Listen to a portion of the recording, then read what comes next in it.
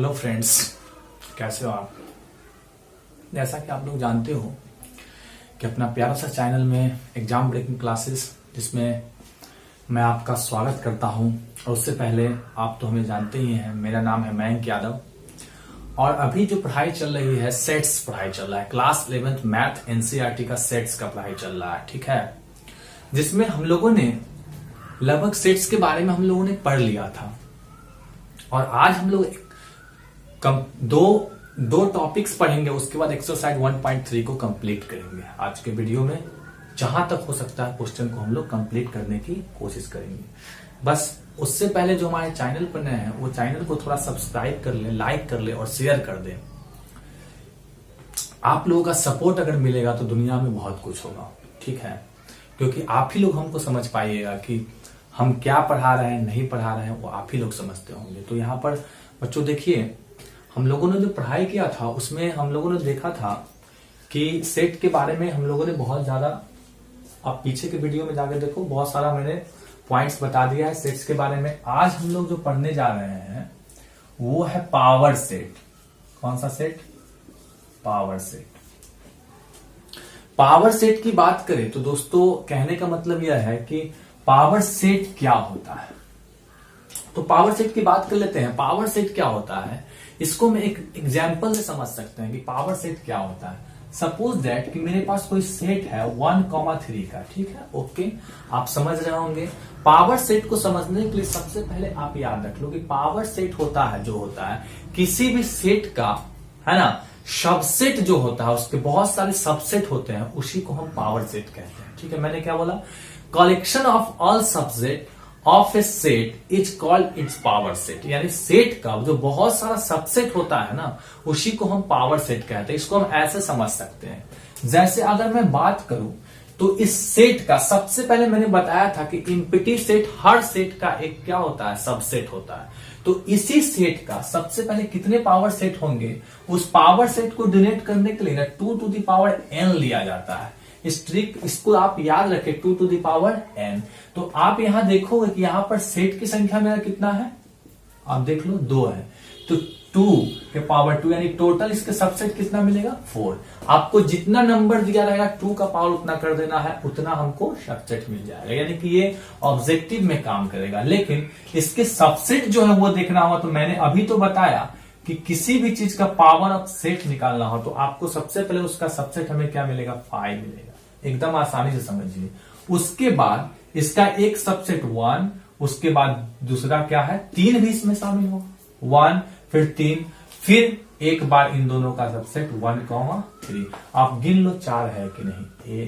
5 1 3 1 3, ठीक है। आप बिल्कुल समझ गए होंगे, ठीक है। इसी तरह एक और हम कर सकते हैं। यहां पर देख सकते हैं कि कोई सेट है हमारा A, B।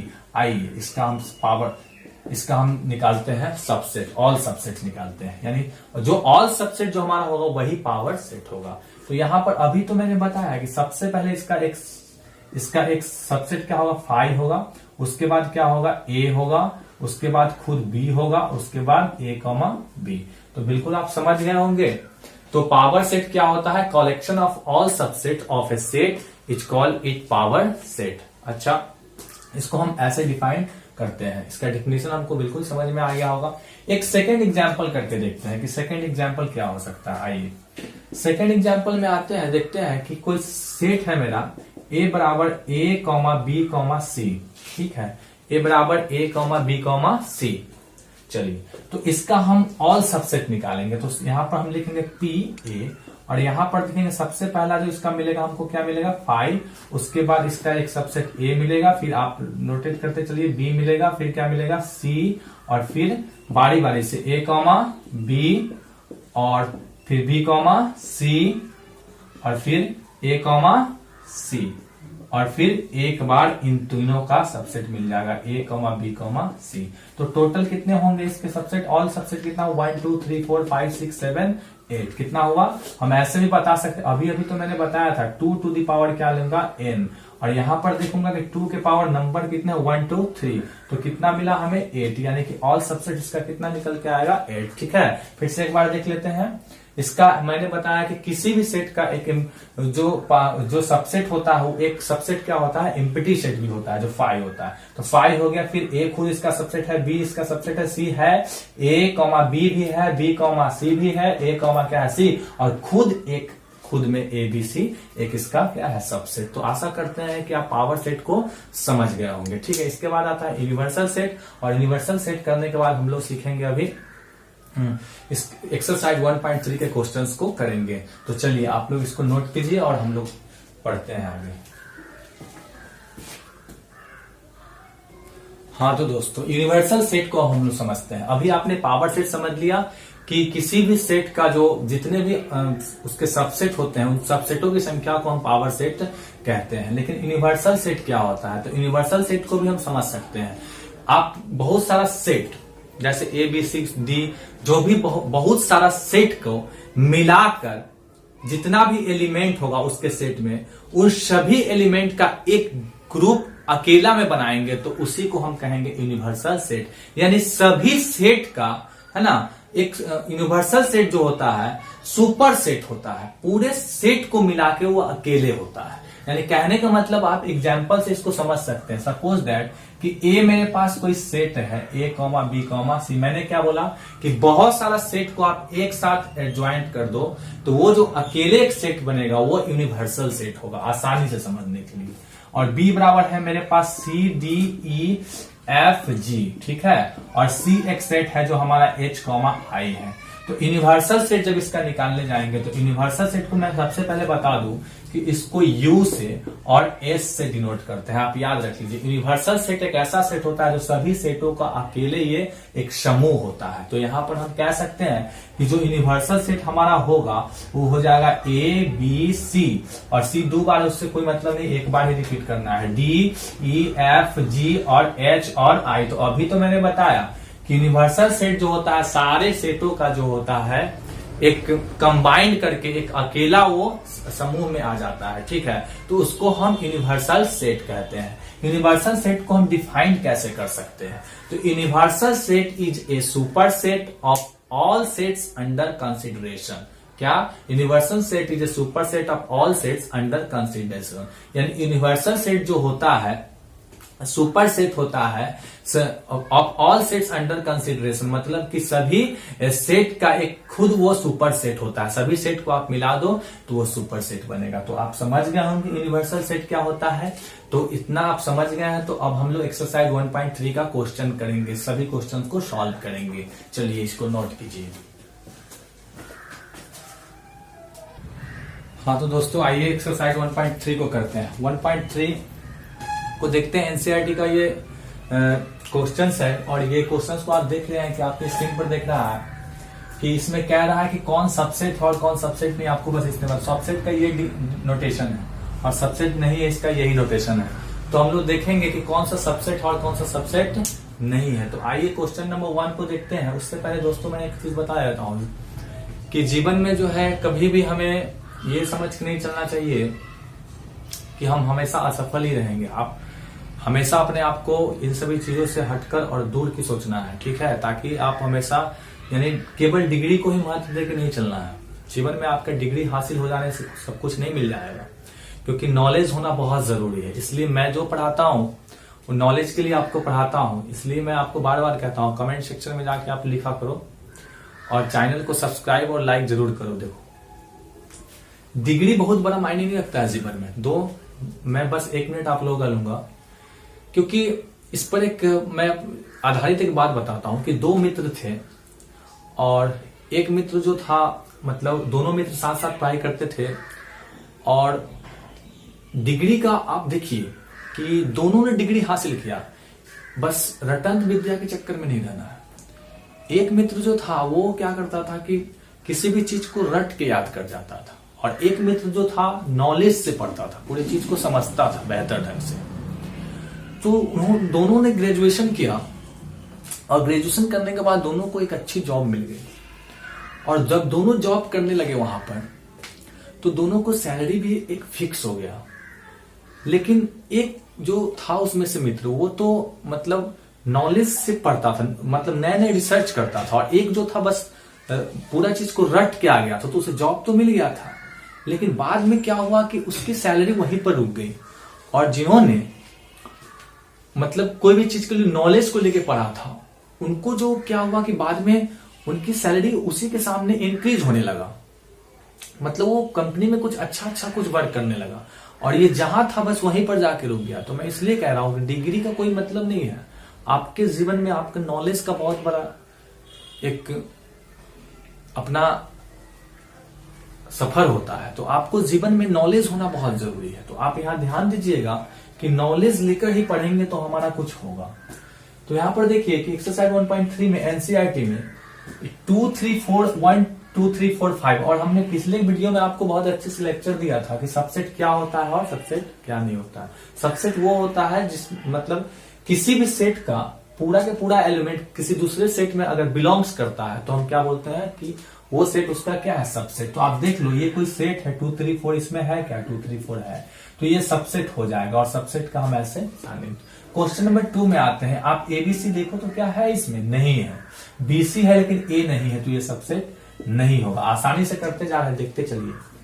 एक said that X is a student of 11th in your school। एक क्लास में क्लास 11th के हमारा कह रहा है एक said that X student X in your school, आपके क्लास के 11th के एक जो है विद्यार्थी सब है, क्लास 11th का पूरा एक स्पेशल क्लास।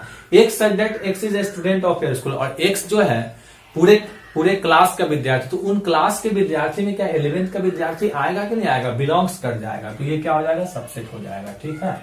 अच्छा, एक said that X is a circle in the plane, और एक said that X is a circle in the same plane with radius 1 unit। ये कहता है सीधा सर्किल है, और यहां पर कह रहा है कि 1 यूनिट रेडियस वाला है, लेकिन यहां पर तो कंफर्मेशन नहीं किया कि कितना उसका रेडियस है, कितना उसका त्रिज्या नहीं किया ऐसा, तो ये सबसेट नहीं हो सकता है, इसको हम इस तरह कट कर देंगे। चलिए, एक said that X is a triangle in the plane, एक प्लेन में X जो है क्या है, ट्राइंगल, और एक said that X is a rectangle in the same plane। क्या इन दोनों का कुछ बिलोंग्स करने का बात समझ में आ रहा है आपको, एक रेक्टेंगल और एक ट्राइंगल है, कभी उसमें बिलोंग्स कर सकता है नहीं, तो ये सबसेट नहीं होगा। चलिए अगला, एक said that X is a equilateral triangle in a plane, एक प्लेन में समबाहु त्रिभुज का एक यहां पर सेट है, और एक said that X is a triangle in the same plane, तो समबाहु त्रिभुज ट्राइंगल, तो ट्राइंगल के अंदर तो सभी तरह के ट्राइंगल आ सकते हैं, इक्विलैटरल, आइसोसेलस, बहुत सारे मतलब स्केलन, सब ट्राइंगल आ जाएगा, तो इस तरह ये क्या हो जाएगा, सबसेट हो जाएगा। अच्छा, एक said that X is even natural number, even natural number तो आपको पता है ना कि इवन नेचुरल 2, 4 जो भी हो जाएगा, ठीक है, और 2, 4 मतलब जितना भी है, और एक said that X is an integer, integer तो माइनस से लेकर -1 से लेकर 0 से लेकर सब इवन नंबर, ऑड नंबर सभी आ जाते हैं, तो एक said that X is even natural number, तो उसमें बिलोंग्स कर ही जाएगा ना, तो यहां पर क्या हो जाएगा, ये सबसेट हो जाएगा। तो आपको समझ में आ गया 1.3 क्या है, और बिल्कुल आप नॉलेज के लिए पढ़ो, अगर मैथ को रियल में पढ़ना है तो नॉलेज के लिए पढ़ो, वरना मैथ पढ़ने का कोई फायदा नहीं है, क्योंकि आपको कुछ अगर करना है कंपिटिटर एग्जाम में कुछ करना है, तो इसको जो है पूरा नॉलेज, और जीवन में नॉलेज ही काम आता है, कुछ 2 रोटी आपको देगा भी तो नॉलेज ही देगा। ठीक है, तो अब इसको आप नोट कीजिए। क्वेश्चन नंबर 2 को देखते हैं क्या है नहीं। हाँ, तो दोस्तों आप लोग देख रहे होंगे एक्सरसाइज 1.3 क्वेश्चन नंबर 2 को देख रहे होंगे कि क्वेश्चन नंबर 2 में कह रहा है कि examine whether the following statements are true और फॉल्स, यानी आपको देखना है, चेक करना है कि कौन से ट्रू है और कौन से फॉल्स है। बिल्कुल कंसेप्ट सबसेट और सबसेट का ही लगाना है, यहाँ पर बताया हुआ है कि आपको देखना है कि क्या A, B जो है इसमें बिलोंग्स कर रहा है, तो देखेंगे तो B और A बिलोंग्स कर रहा है, लेकिन ये कह रहा है A और B है, सबसेट तो है, लेकिन यहां पर कह रहा है कि सबसेट नहीं है, तो क्या हो जाएगा यहां पर, ये फॉल्स हो जाएगा। क्या हो जाएगा, फॉल्स, क्योंकि ट्रू हो रहा है यहां पर, और ये कह रहा है कि वैसा नहीं है। तो आप समझ रहे होंगे। क्वेश्चन नंबर 2 को आते हैं, A, E सबसेट है X such that X is a vowel of English alphabet, तो वॉवेल तो A-E-I-O-U होगा ना, तो A और E तो इसमें बिलोंग्स कर रहा है, तो सबसेट तो है ही, तो ये क्या हो जाएगा, ट्रू हो जाएगा, कोई दिक्कत की बात नहीं है। अब इसमें देखते हैं इसमें क्या 1 2 3 क्या इसमें है क्या सबसेट होने के लिए 1 2 3 इसमें बिलोंग्स करना चाहिए था, लेकिन नहीं है, लेकिन ये कह रहा है कि है सबसेट है, तो ये क्या हो जाएगा फॉल्स हो जाएगा, कोई दिक्कत की बात नहीं है। ए क्या इसका सबसेट है, तो ए इसमें बिलोंग्स कर रहा है, इसलिए क्या हो जाएगा ट्रू हो जाएगा। ओके, ये belongs A B C, belongs मतलब ये हुआ कि ए ये बोल रहा है सेट, इसको ब्रैकेट लगा दिए तो सेट हो गया, तो सेट है, लेकिन ए इसमें बिलोंग्स नहीं कर रहा है। ए अगर ऐसे होता और बिलोंग्स ए बी सी होता तो ए इसका मेंबर होता, तब जाके ये ट्रू होता, लेकिन यहां पर ऐसा कंडीशन नहीं, इसलिए क्या हो जाएगा फॉल्स हो जाएगा। क्वेश्चन नंबर 5 के बाद क्वेश्चन नंबर 6 में आओ। एक such that x is even natural number less than 6, और नेचुरल नंबर इवन में आपको पता है कि कौन कौन हो जाएगा 2 और कौन हो जाएगा 4, ये आपका इवन नंबर हो जाएगा जो 6 से क्या है छोटा है। और एक such that x is a natural number which divide 36, तो यहां पर आप समझ सकते हैं कि 36 को डिवाइड करने वाला जो नेचुरल नंबर कौन कौन है, 2 भी है, 3 भी है, 4 भी है, और मैं बात करूं 6 भी है, 9 भी है, और आप कह सकते हैं 12 और भी है, आगे जाएगा। बस हमको ये देखना है कि 2 और 4 इसमें है, तो 2 और 4 है, तो ये क्या हो जाएगा सबसेट हो जाएगा, इसलिए हम इसको कह सकते हैं कि ये हमारा क्या हो जाएगा ट्रू हो जाएगा। तो आशा करते हैं क्वेश्चन नंबर 2 को भी आप समझ गए होंगे। अब क्वेश्चन नंबर 3 में चलते हैं।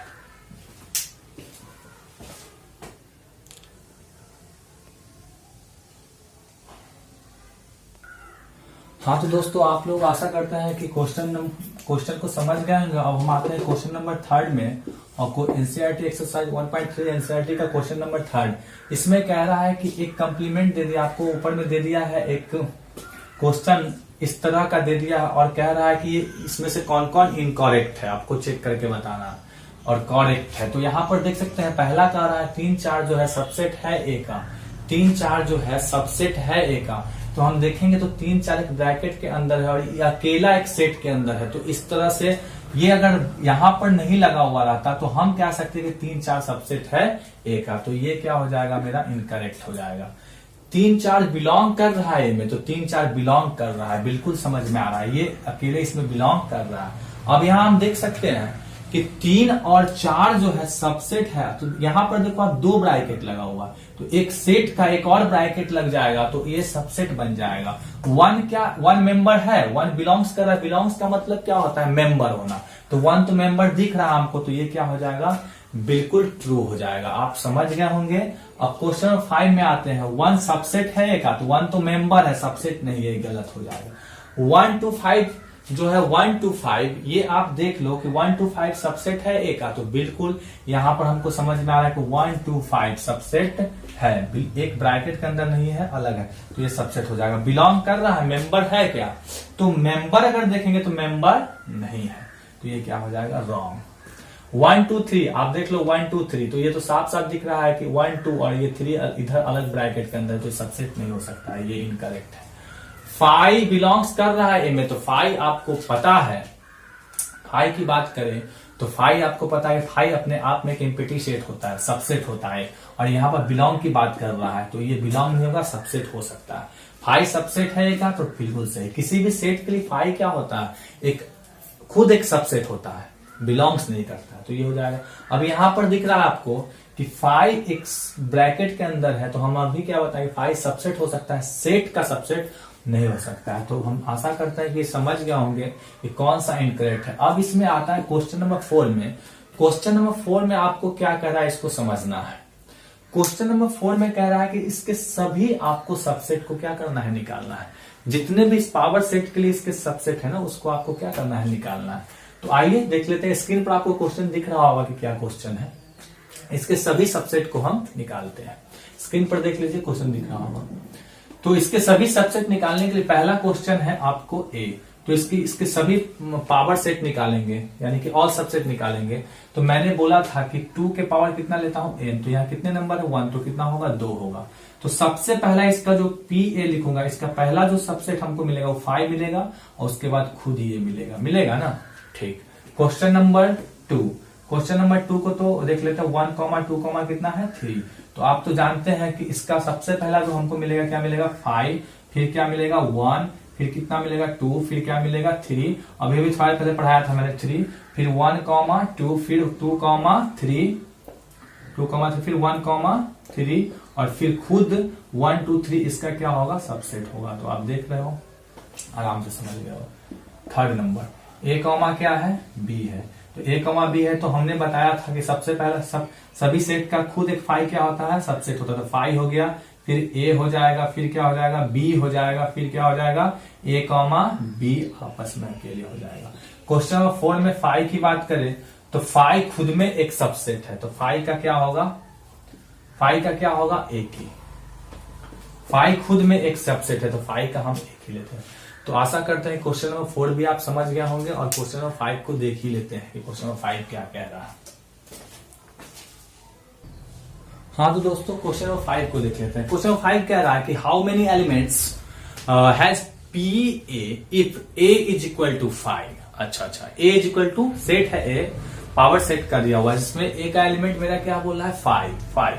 तो यहां पर कुछ नहीं है, if A is equal to 5 अगर होगा friends, A is equal to 5 होगा तो नंबर ऑफ ए जो मेरा होगा, अगर मेरा कितना होगा वो तो 0 हो जाएगा। अगर 5 होगा मतलब एक भी नहीं, कुछ भी नहीं, एम्प्टी सेट। तो यहाँ पर पावर ऑफ सेट जो होगा, आपको पता है 2 टू दी पावर क्या लेते हो, n। तो पावर ऑफ सेट जो मैं लूंगा 2 टू दी पावर क्या लूंगा, n। तो 2 के पावर कितना लूंगा, 0। तो कितना हो जाएगा वैल्यू, क्योंकि किसी भी नंबर्स का पावर कितना होता है, 0 कितना होता है 1। यानी कि हम कह सकते हैं कि कितने एलिमेंट्स होंगे।